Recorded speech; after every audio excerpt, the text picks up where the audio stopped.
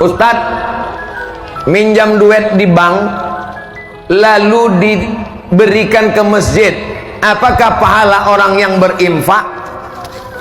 Masjid kalau ada orang bawa duit, tak usah tanya-tanya duit ini dari mana, ambil aja.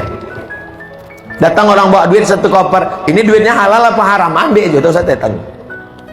Adapun orang yang membawa duit ke masjid, kalau dia bawa duit hasil judi, duit hasil dukun, duit hasil pawang, duit hasil riba, maka dia tak dapat pahala. Mana dalilnya? Innallaha thayyibun la yaqbalu illa thayyiban.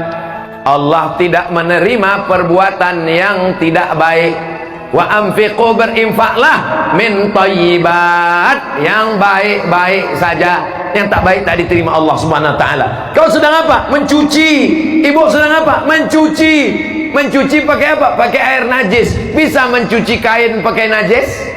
Tak bisa. Mesti mensuci dengan air suci dan mensucikan. Kami cinta rumah ibadah. Ada acara di masjid, baleho spanduk gambar orang, juga acara kurban gambar sapi dipasang dalam masjid, depan imam sholat gambar. Bagaimana Pak Ustadz? Janganlah dipasang gambar kobau di muka imam. Nanti khawatirnya waktu imam itu sujud, dipoto anak-anak di belakang, dimasukkannya ke internet, imam kami menyembah kobau. Tapi gambar tak sama dengan patung. Itu gambar Abdul Somad, itu bukan patung. Ini gambar Abdul Somad, gambar ganteng juga Pak Camat nih. Sampailah hati panitia, pas giliran Pak Camat dicarinya gambar yang paling ganteng. Pas aku tengoklah muka aku hitam dibuat. Gambar ini tak sama patung. Ada orang yang mengatakan gambar itu sama-sama patung. Tidak. Sudah kubahas dalam buku 37 masalah populer. Ada yang membawa buku, mana buku 37 masalah populer? Mana? Tak ada. Ada kubahas di situ, apakah gambar itu patung? Gambar bukan patung. Jadi kalau ibu meletakkan gambar di ruang tamu, tidak apa-apa selama gambarnya menutup aurat. Jangan foto nikah dulu terbuka, ditengok tamu, cantik juga bini kau ya. Kesimpulannya gambar bukan patung. Seorang berinfak untuk pembangunan masjid. Ketika masjid dibongkar, dibuat lebih besar, apakah boleh pecahan tersebut digunakan untuk kepentingan sosial lainnya, menimbun jalan? Syarat wakaf tak boleh hilang. Kalau hilang namanya infak.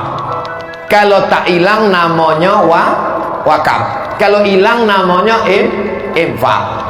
Apakah mengasih lilin disebut dengan wakaf?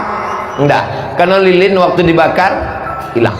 Maka duit yang masuk ke dalam masjid itu tidak disebut wakaf, itu namanya infak. Karena duit akan bayar listrik, duit untuk gaji guru mengaji, duit untuk honor imam dan khatib. Maka duit habis itu namanya infak. Sedangkan wakaf tak boleh hilang. Wakaf tanah, wakaf semen, wakaf batu bata tak boleh hilang. Maka kalau masjid ini nanti dibesarkan, semen-semen ini diruntuhkan, dia mesti balik ke masjid ini lagi, dimasukkan jadi cor bawah, jadi lantai. Kalaupun ada yang dijual, berapa harga jualnya? 500.000. Duit 500.000 itu dibelikan lagi ke semen untuk masjid, barulah dia disebut dengan wakaf. Wakaf tak boleh dialihkan.